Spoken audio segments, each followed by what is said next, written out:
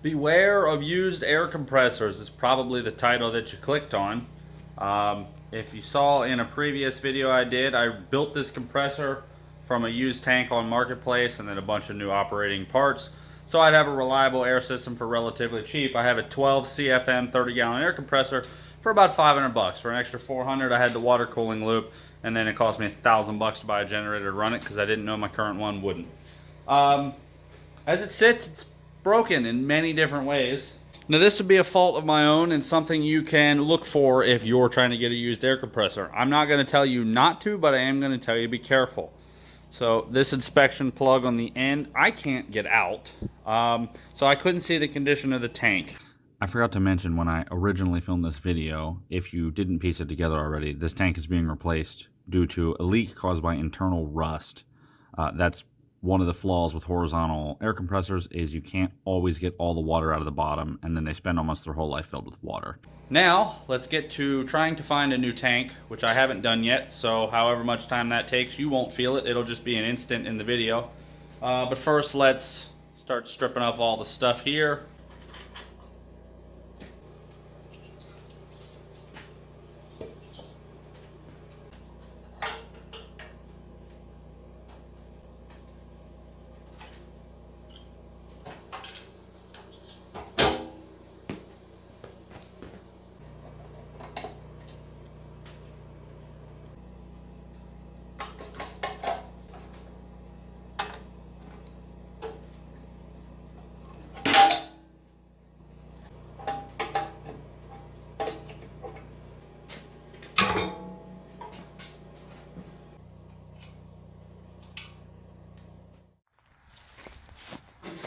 Got this old, not working 60-gallon compressor outside of my friend Aaron. You've probably seen him on the channel before, his shop. Picked it up for 100 bucks. There's my new tank.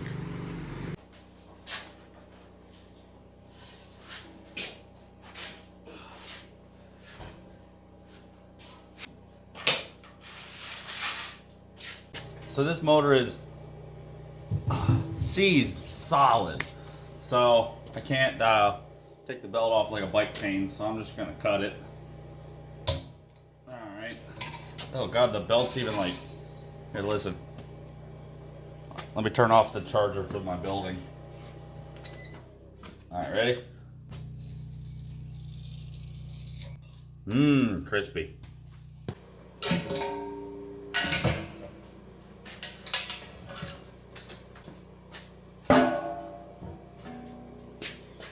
First, I tried to get this out to put a different one in, but it's so stuck in there I can't get it out. And to run my already existing setup with all this stuff and that splitter, I'll just put this little adapter on it and bam, it'll be fine, just like it was before. Now, the elephant in the room, obviously this stuff is normally back here, and I could just flip these so that they are back there and you don't see them, but the motor mounts, the slots that are already cut, actually line up perfect, and I don't want to move the motor over here, so my pull-in stuff is just going to be in the front. No big deal. I kind of like watching it spin sometimes anyway, and it's behind this where the air is going to come out, so it's really not going to be a big deal.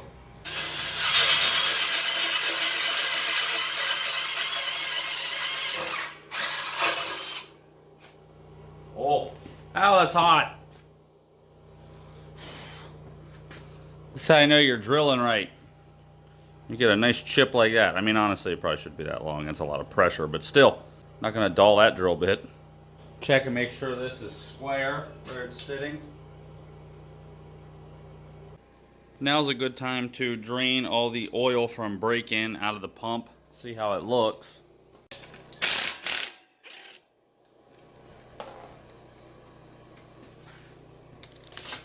Wow, can you not run down the side of my compressor like that, please? Oh. Well, it's actually still pretty clean, pretty slippery. There's nothing really in it that I can see, but still, change it anyway. Alright, I successfully pried the broken part of the breather out. Thankfully, I don't have to take this off to try to get it out and possibly risk ruining a gasket. Take this opportunity to change the water for my cooling coil as well.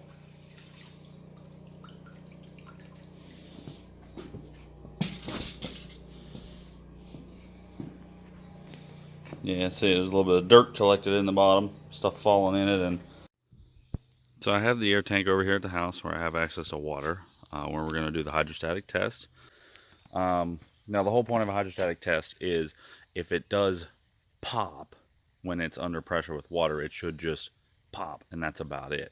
If you tested it with air and it were to go, it would literally explode like a bomb. It actually, they literally say so on the air tanks. So anyway, let's start filling. I'm going to fill with this port because the very tippy top is just below the bottom of this pipe that my gauge is on. And in theory, right when this is full, there'll be just a little bubble of air right here at the top, enough to, you know, make enough pressure for the water, but also it'll keep this full of air so that the gauge is only getting air. I clearly have 250 psi marked, so from back here I can very clearly see when I'm reaching the max pressure that I want to hit. I want to do minimum 210, 220 psi, but I don't want to go over 250. I got one of these stretchy hoses that I like to use for car detailing because it's easier to put away. It's not easier to fill when you're farther from the house than the thing is at its unstretched length, because I have to sit here and pull on it constantly. And yeah, it wants to be shorter than I have it right now. That tells me it's full. So what I'm going to do now, put in my air fitting. Sorry, actually it's a pressure washer fitting. The conflict I have, and this is all common sense from my brain, so I could be wrong. I don't want too much air in here because air, when compressed, is potential energy. But I don't want too little air because then it'll pressurize too fast and I'll take it to the point of failure quicker than I can stop the pressure washer. And then I'll just pop the tank and have to do this all over again. Well, we already have a major problem. So we tried to wrench this inspection port loose, and you can see the paint cracked. But it looks like it's a lot more than the paint that cracked, because when I even try to do this, when I even try to pressurize it with just water pressure coming from the house, yeah, that's not good. I mean, all the fittings that I did in Teflon tape are also leaking. But at least now I can get it to, all right, about 35 psi, and then I have a cool party trick. That's cool, right? I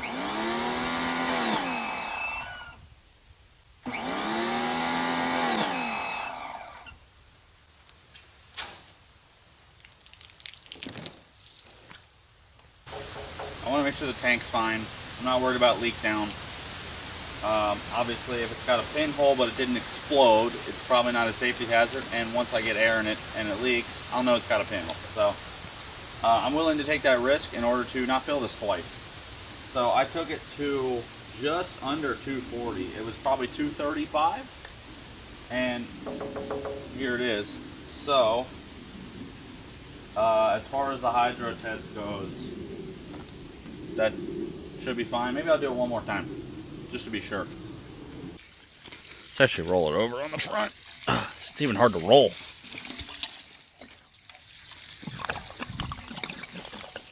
Look at that. Now we're cooking.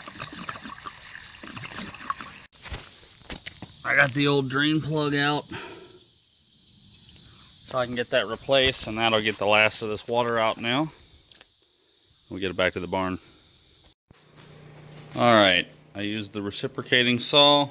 I cut some slots in here. I got close to the edges, but I didn't want to go far enough to possibly get into the threads, because then it's game over. Since this is a cast iron plug, hopefully I can kind of hit these and they'll break and I can get all the threads cleaned out and everything. I found the right plug finally. Took a decent bit of searching to find the right terms to look up. They call this a hex bushing, like a you can call it an air compressor reducer, but make sure you type in hex bushing if you have this style, otherwise you're going to get something different. It measures 2 3/8 of an inch wide, which is 2-inch NPT. And then I got one with a 1/2 inch just like I have here. So I guess we'll start hitting and see what happens.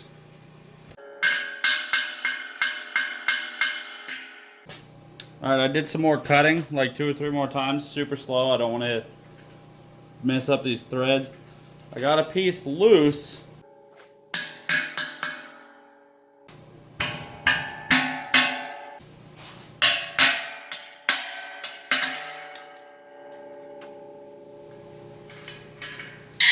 Damn, I lost a piece. Alright, I had touched a little there. That's not looking good. I touched a good bit there. Ouch. And, oh great.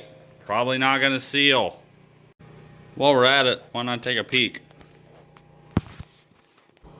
I mean, it doesn't look fantastic in there, but I mean, it did pressure test to 240 psi today and it was good. So, it is what it is. Now we just got to get that piece out right there. New plug came in. I'm going to actually take it out and reseal it, and then it's in for good. Plan is we're going to move the compressor back over to its little spot and start plumbing up all the piping. That way if we're accidentally dropping copper on it or moving it around trying to fit stuff up, I'm not doing it with fresh paint, because yes, I'm gonna paint this one like I did this one too. I'm just gonna brush paint it this time because it's a lot easier to clean up. Well, sitting there for a few days seems to have gotten the rest of the sludge out. I tend to go a little overboard with the solder, but I like to be able to see all the way around that there's clearly solder and everything. Now you know you got a good seal when, right when you touch the solder, you see a flash, a circle all the way around the pipe. It's clearly good, and I could stop there, but it just gives me personally a little peace of mind. Just give it a little dab on every little corner. Almost hit the camera with the torch.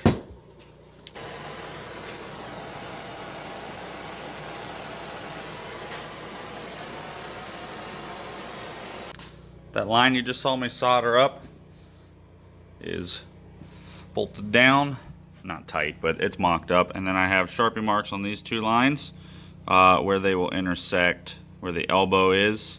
So I'm still hopeful I'm not gonna have to buy any fittings. Now obviously everything's different on the tank. You know, this is a different size. I mean, all the other fittings are the same, but I'm trying to simplify that. So that's being changed. This output's gonna be a little different. So I gotta be kind of particular with what I'm using, but it looks like it might work out all right. We'll see. So this used to have a 1/4 inch MPT to a 3/8 FPT. Now it has a 1/4 to 1/4, which will go right in the T up here. That frees up some of these fittings. So now I have a 3/8 to 3/8 to a 3/8 to 1/2 inch adapter to the 1/2 inch to compression, which is actually even shorter than what I had in it the first time before I realized I needed one of those fittings. I can't even remember where. So the T has 1 fitting now where it used to have 2. It has the 3/8 FPT to 1/4 MPT. So that's taken care of with 1 fitting now instead of 2. And luckily I have this, I had this female, but I also had a male. So I might need that somewhere else, we'll see. The only other adapter I gotta make now is for this one. So I used this piece to test out the 30-gallon originally, but it will no longer work because obviously those outputs and inputs, they're not exactly in the same spot. So I'm just going to cut it off and make use of these compression fittings. Alright, obviously not all of them are on, but I do have all my lines ran out from the pump back into the tank. This is the out from the pump into the coil, water separator, back up to the tank. And this actually does collect a little bit of water over time. You can leave it cracked. I always have it shut, and every once in a while I'll come purge it. I can still reach down here and hit the drain on this thing. Oh, it's got water in it right now. Look at that. Should probably put a cup under that. Alright, once I get this tank stripped and primed, I didn't want to have to flip it over and lay it on its side again. So I just wire brushed this and then rattle canned it all black. And I installed a remote drain so that I actually remember to drain it every day. Alright, I got this new surface prep tool for doing frames and body panel stuff, just getting rust and paint off. So Set it on speed 4 of 6.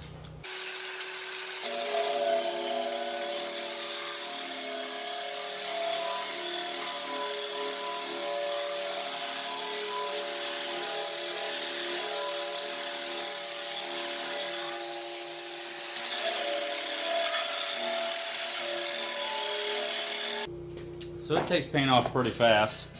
Obviously I'm down to metal in plenty of spots, but that's fine. That's why I'm priming it first.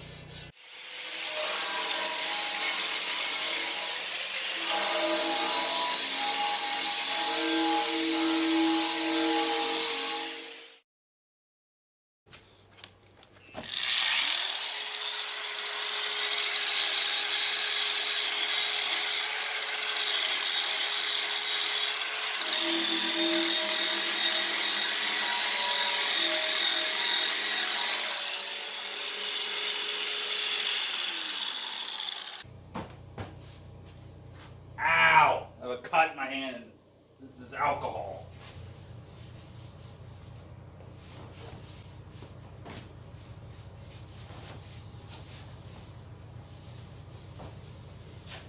I was hoping it was going to be at least easier to brush this paint on, because I didn't really want to try to clean this paint out of the paint gun or run the red compressor that long again. But kind of regretting it. I kind of wish I would have sprayed it, because this sucks. Like the finish is whatever. It's an air compressor. I'm not trying to make it perfect, but it goes on really slow, and then it gets tacky in places, and the brush stick. Like this is already kind of dry, but I don't know. Sucks. So this looks absolutely atrocious, but at least the metal is covered. Yeah, I don't know. I don't have much to say about it other than, obviously, if I had an air compressor, I would paint this and it would look absolutely perfect. But this is literally the thing that's supposed to make me air that I can paint with, so it's probably not going to look fantastic. I did it with Little Red over here last time, and it was kind of struggling to run as much as it needed to. So I'm not going to do that twice. If it looks bad, well, it looks bad. It's an air compressor. My cars I paint with it will look good.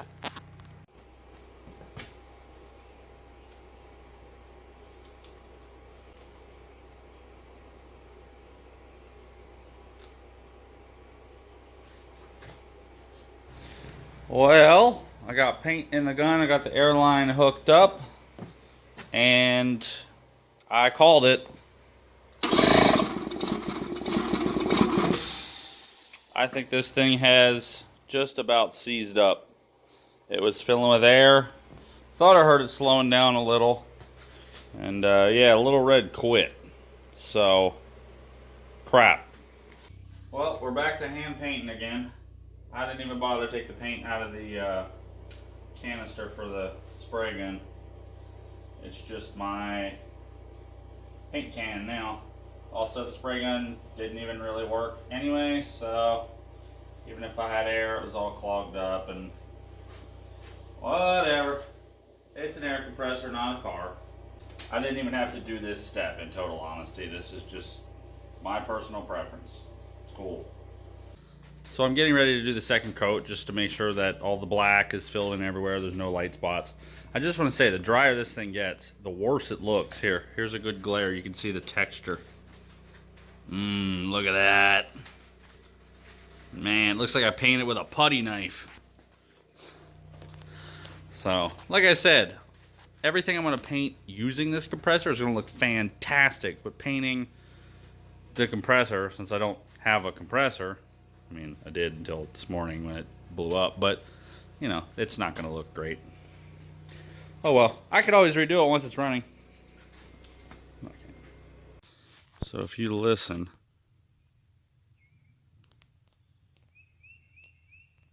it's a very peaceful, pretty Sunday morning here at the barn, about 7 a.m. I don't really want to fire up my generators till 8 or 9. If anybody is out on the porch drinking coffee or something, enjoying the morning, I don't really want to ruin that couple more hours. So we're going to use the sun for some natural filming light. I'm going to get the compressor into its new spot. I have the back feet on because I won't be able to put them on once it's in there. But I'm going to walk it on the metal legs over to there and then put those on.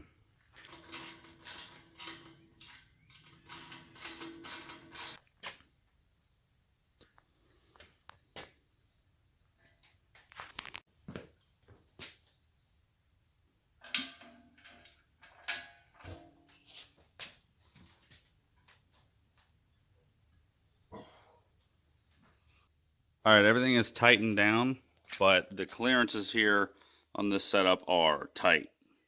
That's the clearance to the motor. Can't get a finger in there. Clearance to the PSI gauge. Can't get a finger in there. Super, super tight. But let's see if I can get the belt on, actually. I think I have longer belts, so if it becomes an issue, I have a ton of adjustment back. I'm all the way out on this slot. So I have a whole inch of adjustment at least. Oh, this is going to be very tight. There we go. Let's start hooking up all the air lines. I don't know which one's going to be easier to do first. Why did I put the belt on and then decide to do this? Now the belt's in my way. Kind of. This hose is actually farther away from the belt than it used to be, because it used to be on the back of this tank and it would wrap around this way, and it always wanted to wrap up. So it was always half an inch away from the belt. So this is actually safer. All right, and the last thing to do, fill the cooling loop. All right, if we listen really closely, a little tiny leak right here. It's actually not even where the thread cuts were. They're here. Leaks right here. Yeah, I will put the pipe dope on this. I'll go grab a bottle from work to borrow.